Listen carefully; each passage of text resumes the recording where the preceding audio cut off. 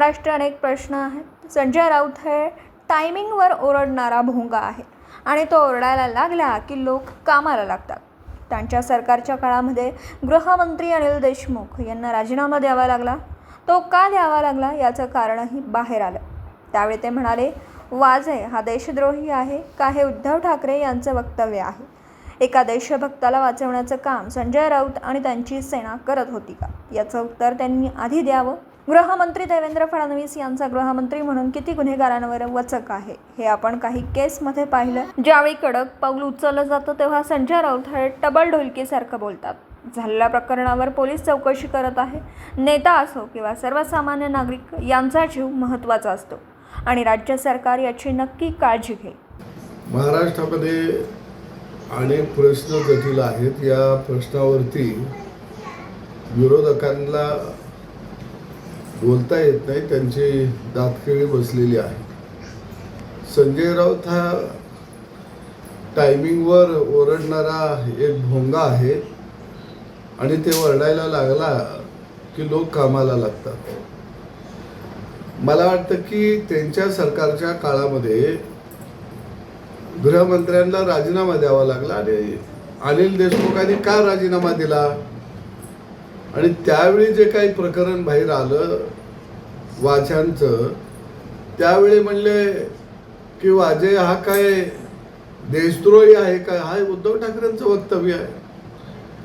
आणि मग ते सगळं प्रकरण या महाराष्ट्रानं पाहिलेलं आहे। त्यावेळी खऱ्या अर्थानं एका देशभक्ताला वाचवण्याचं काम संजय राऊत आणि त्यांची सेना करत होती का, याचं उत्तर पहिल्यांदा संजय राऊत यांनी देणं अत्यंत गरजेचं आहे। एका बाजूला गृहमंत्री म्हणून देवेंद्र फडणवीस यांची वचक गुन्हेगारांच्या वरती किती आहे हे आपण काही प्रकरणावरून आपल्याला पाहायला मिळालेलं आहे। काय आहे की जरांगे पाटलांच्या लढाईमुळं गरीब मराठा समाजाला ज्यांच्या कुणबी नोंदी होत्या, त्यांना कुणबी दाखले मिळाले नव्हते, त्यांना ते मिळाले। परंतु एका बाजूला कायद्याच्या चौकटीत बसणारं जर आपल्याला आरक्षण पाहिजे असेल आणि सरकार जर चर्चा करायला तयार असेल तर मी आपल्या माध्यमातून जरांगे पाटलांना विनंती करेन की आपण सरकारबरोबर चर्चा करा, विधितज्ञ लोक आपल्याबरोबर घ्या। कारण या देशाला भारतरत्न डॉक्टर बाबासाहेब आंबेडकर यांची घटना आहे। या देशामध्ये न्यायालय आहेत आणि हा देश कायद्यानं चालतो। मी म्हणाल त्या पद्धतीनंच झालं पाहिजे अशी जर भूमिका घेतली तर यामध्ये मला वाटतं की मराठा समाजाचं मोठं भविष्य काळामध्ये न भरून येणारं एवढं नुकसान झाल्याशिवाय राहणार नाही। आज एका बाजूला EWS हे जे आरक्षण आहे हे आरक्षण मराठा समाजालाही लागू आहे, परंतु आता मराठा आरक्षण स्वतंत्र दिल्यामुळं EWSचं आरक्षण मराठा समाजातल्या मुलांना घेता येत नाही।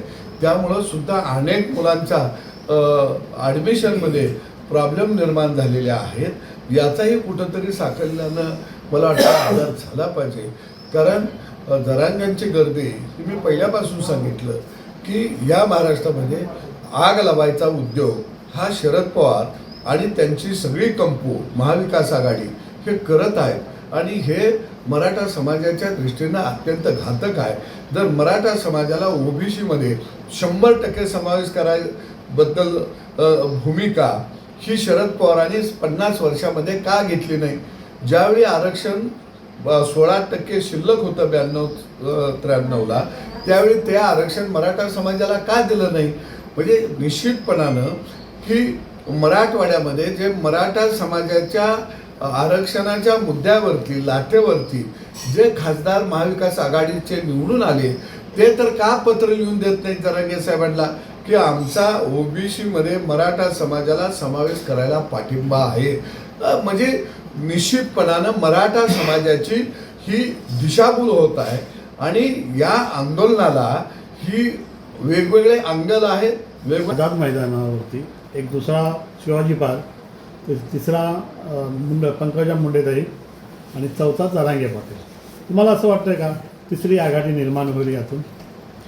एक आहे की दसऱ्याचं सोनं लोटायचा हा पारंपरिक गावगाड्यातला एक तो रीतरिवाज आहे किंवा एक उत्सव आहे. सोन्याच्या आपट्याची पानं एकमेकाला देऊन आम्ही एकमेकातला दृढ विश्वास त्या ठिकाणी किंवा नातेसंबंध आम्ही निर्माण करत असतो. परंतु अलीकडच्या काळामध्ये या दसऱ्याचा सणाला एक उत्सव म्हणून तो साजरा होतो, चांगली गोष्ट आहे. परंतु काही लोक ते त्या उत्सवाचं रूपांतर आपल्या स्वतःच्या उत्सवामध्ये करायला लागलेले आहेत. हेही आता अलीकडच्या काळामध्ये मोठ्या प्रमाणामध्ये होताना दिसत आहे. राज्यामध्ये अनेक मोठे मोठे मेळावे या निमित्तानं झाले, परंतु मला एक समजत नाही की या मेळाव्यांच्या मधून राज्यातल्या जनतेसाठी काय संदेश होता, राज्याच्या जनतेच्या भल्याचं काय त्या ठिकाणी चिंतलं गेलं, हा सुद्धा एक मोठा संशोधनाचा भाग आहे.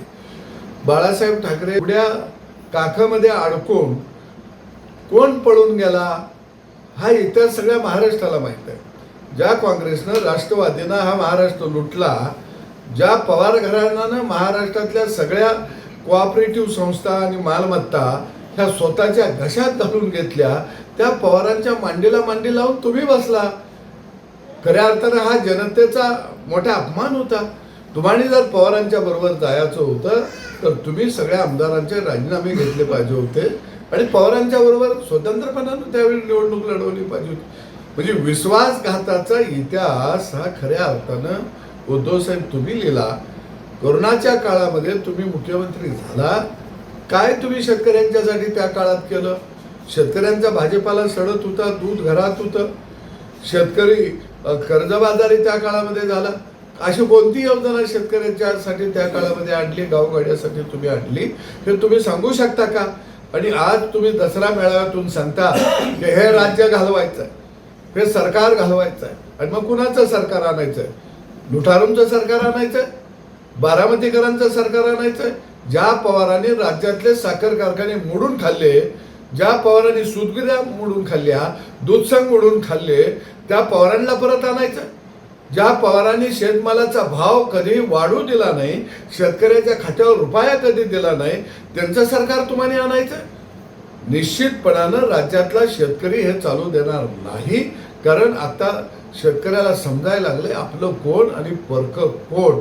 म्हणून मला वाटतं की उद्धव साहेबांच्या दसरा मेळाव्यातल्या ह्या निव्वळ वल्गना होत्या. तुम्हाला राज्य मिळायसाठी गावगाड्यातला शेतकरी काम करत नाही.